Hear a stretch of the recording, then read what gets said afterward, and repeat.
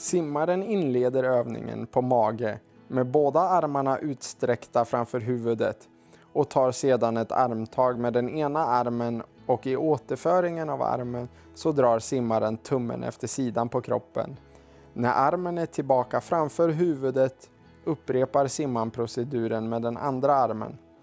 Övningen syftar till att hitta en avslappnad armföring framåt och har fått sitt namn av att simmaren kittlar sig själv när tummen dras längs kroppen. Övningen kan även göras med fenor. Fenor genererar mer fart i vattnet och ökar flytförmågan och balansen.